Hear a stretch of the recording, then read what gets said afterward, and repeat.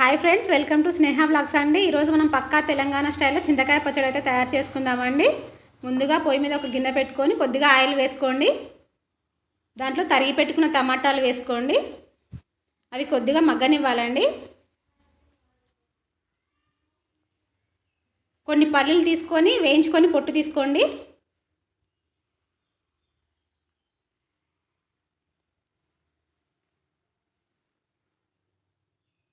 ఇవి మగ్గిపోయాయండి.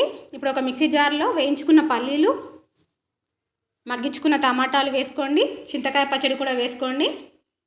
వీటన్నిటిని కలిపి మిక్సీ వేసుకోవాలండి. ఇప్పుడు తాలింపు కోసం ఒక గిన్నెలో నూనె వేసుకోండి. దాంట్లోనే జీలకర్ర, ఆవాలు,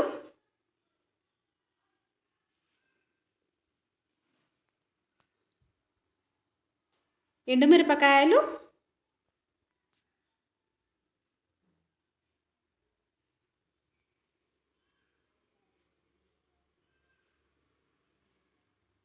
కొద్దిగా వేగనివ్వండి. వేగాక ఎండుమిరపకాయలు వేయండి. కొద్దిగా కరివేపాకు,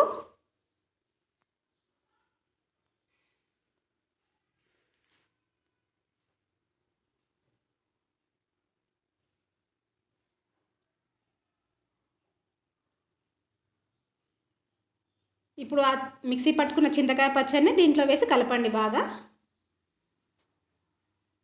ఇది వేడి వేడి అన్నంలోకి చాలా బాగుంటుందండి. ఒకప్పుడు పల్లెటూరులో ఈ చట్నీ లేనిది అసలు తినేవాళ్ళే కాదు.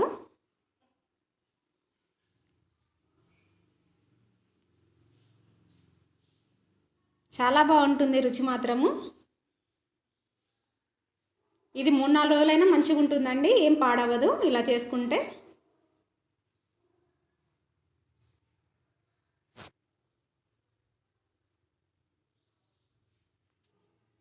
అయిపోయిందండి, చింతకాయ పచ్చడి రెడీ అయిపోయింది. చాలా ఈజీ ప్రాసెస్ అండి, పెద్ద పనేం ఉండదు. అందరూ ఈజీగా చేసుకోవచ్చు.